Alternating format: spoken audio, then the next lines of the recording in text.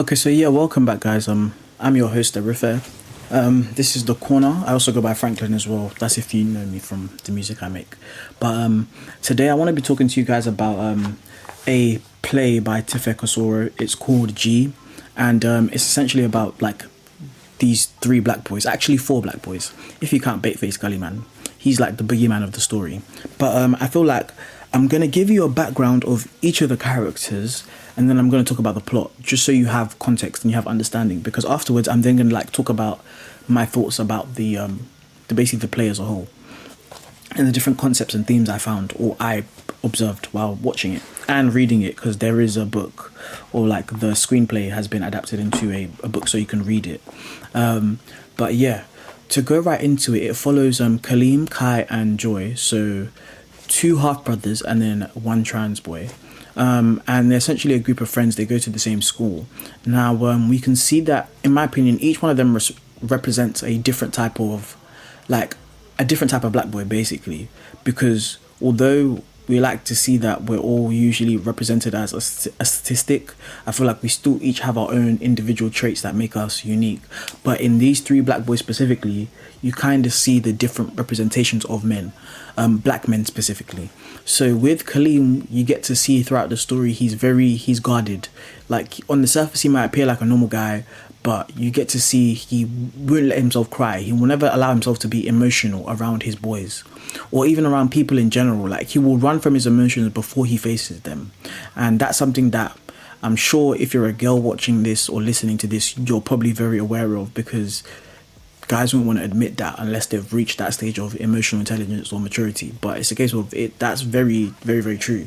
And with Kai, we get to see he's kind of chasing like that male importance, male validation, in terms of he's trying to be prefect, he's selling stuff in school, like not necessarily anything illegal, but you know, you're not supposed to be selling in school, but for the sake of hustle culture, he's buying a scooter, he's up and down, zipping up and down, you know, flexing. Like, he's that type of man, that type of black man, you know what I mean? That's where he places his self-importance, his value is on those type of things. It's on being the head, being important, being in charge, like, and I feel like he's trying to cover up an insecurity. Do you know what I mean? I feel like deep down he might feel like he as himself, he might not be enough, he's not adequate, so he's trying to compensate by being either top of the class. Like existing isn't enough, he needs to prove himself in everything he does. Do you know what I mean? And then after that we have, you know, Joy, the trans boy, and I feel like that's very much a given. What his internal struggle is, what his battle is, it's constantly him trying to prove to his friends and the people he cares about that he's like, this is, I want you to see me as like this way, like I recognize myself as this, so why is it so hard for you guys to also recognize me as this? And it's like you can see that he's come to terms from the dialogue with him not ever being seen as how he wants to be seen with everybody else, like his family. But it's a case of when he's with his boys, the people that he chose to be with him and they chose to be with him, it's like, I would think you'd respect that and you would see me as who I see myself as. And then the last character I want to talk about is Bateface, like Gully Man. Essentially he starts off as a normal black boy as well, before he ends up turning into the boogeyman, you know, the ghost of the story. Essentially he was also a normal black boy, and he died in a sad case of mistaken identity because he was hit by a car while he was running from police because they thought he stole a pair of trainers. Now when this happened, he ended up throwing the trainers up in the air because he got hit by a car, and the trainers got tangled on an electric wire, and they've ended up being there ever since. Now because of this and the fact that he died in a mistaken identity case, every time people walk under the shoes, like there's an urban legend going around that if you don't wear a bally when you do that, or if you don't put your gun fingers up at the shoes and pay your respects, Bateface will come and he will take your face, he'll take your memory, he will take your identity. Essentially he will make you another statistic. So you can either you'll just end up being very, very unlucky. And trust me, you know what being unlucky as a black boy can be. You either getting G-checked in the wrong area or whatever, but you don't want to be that guy. So because of this, everybody kind of follows the rule of wearing a bally under the pair of shoes and pointing your gun fingers at the shoes to pay your respects to Bateface. Now, we're going to talk about the plot, and we're going to get into how things kind of got messy. So essentially, Kaleem, in his discovery, I want to call it his arc, his character arc. his character development arc, we see that he's getting in touch with his emotions and he's talking to a girl, but this leads to him trying to prove something to her by taking down the shoes. And now, although he covers his face with the belly when he does it, he's then brought the curse of Bateface onto him and his 3 friends. Then things start going wrong in their life. So I'll start with Kaleem, seeing as things did start with him. Because of this, there was a crime, and he fits the bill of the prime suspect. So you see how I told you Bateface will turn you into a statistic? He essentially is being turned into a statistic, and that way, the way it happened to him kind of mirrors Bateface, because mistaken identity, if things play out, he's going to be the next person that gets basically done in for something they didn't actually do. So then we follow Kai. Now Kai just starts losing his memory, he starts losing things. Don't get me wrong, so does Kaleem, but more so we focus on the things he loses when it's Kai, because he loses his prefecture position, he loses his business in school, he loses his scooter. So for him, the things that made him him, he has to face, like he has to come to terms with. Do you know what I mean? For Kaleem, it was a case of your emotions got you here. The emotions you were so eager to run from, do you know what I mean, have brought you down to this level. And then we see with Joy, it was a sense of every time he would walk into a store, alarms would go off. Every time he's leaving a store, alarms would go off. And we all know the PTSD and the paranoia that comes with that as a black person, because you don't know when and where you're going to be accused of whatever, especially when it comes to alarms going off, metal detectors going off, airport security, like you're getting searched thoroughly. Everyone else is getting a light pat down. So these are the kind of anxieties and insecurities we see them dealing with when the curse is then brought upon them. And then this brings me back to the start of the story. We see Joy and Kai trying to summon Bateface to break the curse. Now, this is another thing that I like about how the production is done, because the narrative cuts in and out from the present and the past. But then as well as this, there's a little pocket dimension moment where we see a surreal like visual of CCTV footage of a replaying of the crime that happened, but we can't see who committed the crime. And we get to see each 3 of these characters constantly talk about being seen, like a seeing feeling. They talk about a light, like all these different themes start coming up, not wanting to be a shadow on the floor, etc. So it's like, and I feel like all these concepts are really key, so hold on to them for a moment, okay? Just put them in your pocket and just hold on to them for a moment. So now, as the story develops and they're trying to break the curse of Bateface, they end up all coming together and basically opening up to each other. They end up seeing each other. You know, I told you to keep, like, hold on to that seeing, like that concept of being seen. So they all end up, you know, communicating with each other, and they all see each other. So the 2 end up seeing that Kaleem was emotionally like struggling with something, the death in her family, as well as the girl he was trying to like talk to, essentially breaking his heart. We see that Kai was essentially struggling with feeling secure in himself without having all these things, because he's trying to look like a man to his father. And we get to see that Joy is struggling with his sense of identity, especially when his friends won't respect him and his choices. Do you get what I'm saying? And then to top it all off, the last character that I didn't even imagine would get seen, because I thought this whole time they were a boogeyman, they were just like a villain, do you know what I mean, was Bateface. We get to see his story, we get to understand Bateface, and we get to understand him on a deeper level, because you end up learning Bateface was never a boogeyman. He was a protector, he was a guardian spirit. Because, you know, I talked about that pocket I mentioned where we were talking about this light, this feeling. I feel like that was supposed to represent their inner dialogue, as well as it was supposed to explain how exactly those trainers protected them. Because, you know, I said Bateface is a guardian spirit.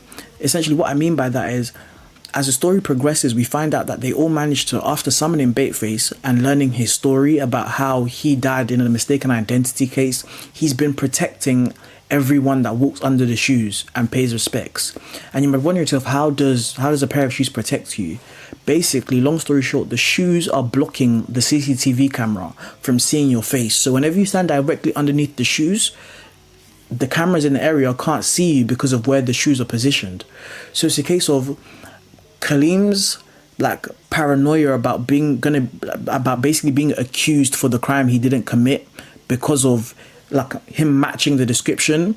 Essentially, that evidence has to be dismissed because they can't see his face in the footage. Do you know what I mean? There's a big shine, like the shoes emit this light, as well as blocking the camera that stops you from identifying who's in the footage. So essentially they all managed to bust case because although Kalima is the one that's the prime suspect, all three of them actually can't account for where they were on the night of the crime in question.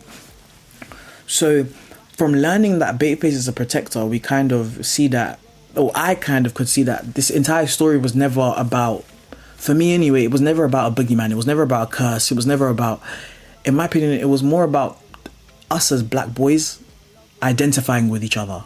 Do you know what I mean? Like, the only way we can stop being a statistic is if we start allowing ourselves, to each other especially, to be people. Do you know what I mean? Like, if we don't see ourselves as people first, how do we expect any external or outward community to ever identify the humanity within us?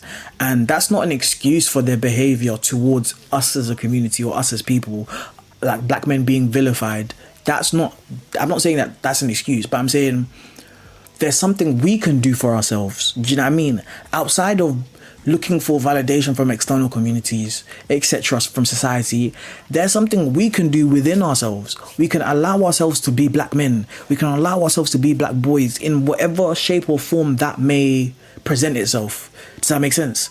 Just allowing ourselves to be free would save us a lot of these problems. Like, a lot of the conflict that happened between that group itself could have been avoided if they allowed themselves to be more free with each other.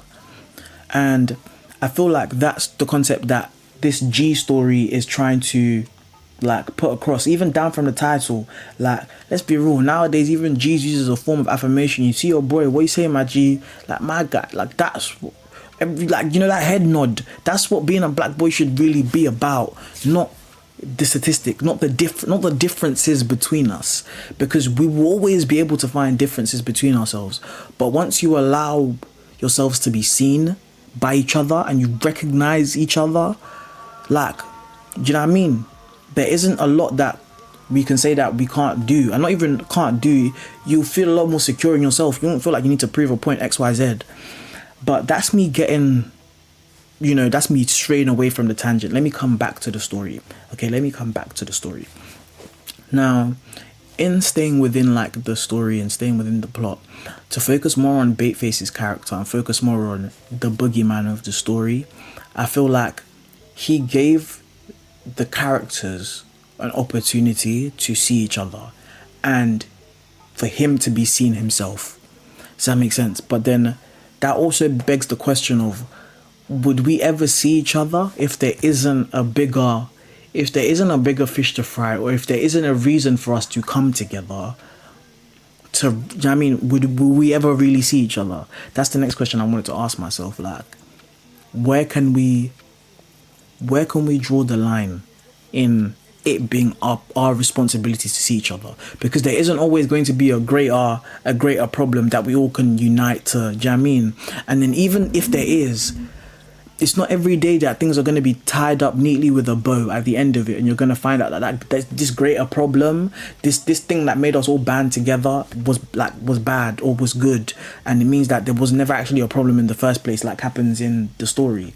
Do you know what I mean? Like, we shouldn't let it get to that point, because life ain't really always going to be straightforward. So the quicker we can allow ourselves to recognize each other and allow ourselves to exist, you know, we can admonish each other, we can love each other, we can correct ourselves. The quicker we can get to that point, I feel like then everything else afterwards won't be as much as a hiccup or a road bump. You know what I mean? In our journey for actual, I don't even want to call it representation, but to be seen as more than just a statistic at the end of the day, to be seen as another black person. Because even within our groups, even within our own black community, it's like a lot of the time the pressures that men face anyway are a lot of the pressures that we see that literally each one of these black characters facing. Like, you want to be seen, but you don't know how to be seen. You feel like being seen is by you essentially hiding your emotions all the time so everybody thinks you're okay and they can treat you normally. Or you feel like being seen is chasing validation from people in the things you have, because as a man, what are you if not the things you have? Do you know what I mean?